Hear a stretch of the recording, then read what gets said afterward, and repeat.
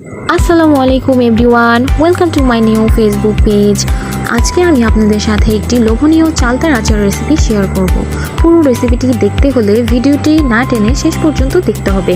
আমি এখানে কিছু চালতা পিস পিস করে কেটে ভালোভাবে ধুয়ে পরিষ্কার করে নিয়েছি।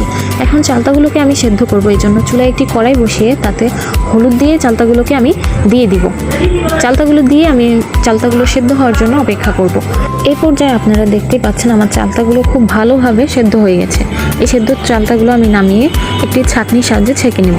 চালতাগুলো আমি ছেঁকে নিয়েছি। চালতার আচারে দেওয়ার জন্য আমি একটি মশলা বানিয়ে নেব। মশলাটি বানানোর জন্য এখানে আমি কিছু শুকনো মরিচ, সরিষা ও আস্ত পাঁচফোড়ন দিয়ে দিলাম এবং চুলার আঁচটা একদম লোতে রেখে এগুলোকে খুব ভালোভাবে টেলে নেব।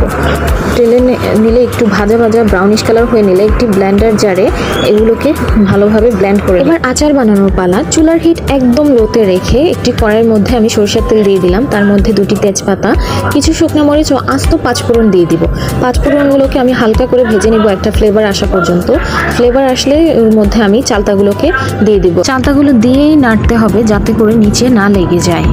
স্বাদ মতো লবণ ও চিনি দিয়ে এটাকে ভালোভাবে নাড়তে থাকবো একটা সুন্দর আচারের কালার আসা পর্যন্ত। আচারটা কিন্তু অনবরত নাড়তে হবে, কারণ নিচে পুড়ে যাওয়ার সম্ভাবনা আছে। নিচে যদি লেগে যায় বা পুড়ে যায় আচারটা কিন্তু খেতে একদমই ভালো লাগবে না, সেজন্য সতর্ক সহকারে বারবার আচারটাকে নেড়ে দিতে হবে। আপনারা দেখতেই পাচ্ছেন আচারে একটা সুন্দর কালার এসেছে। এখন বানিয়ে রাখা সেই মশলাগুলো আমি আচারের মধ্যে দিয়ে দেবো এবং সুন্দরভাবে এটা মিক্স করে নেব।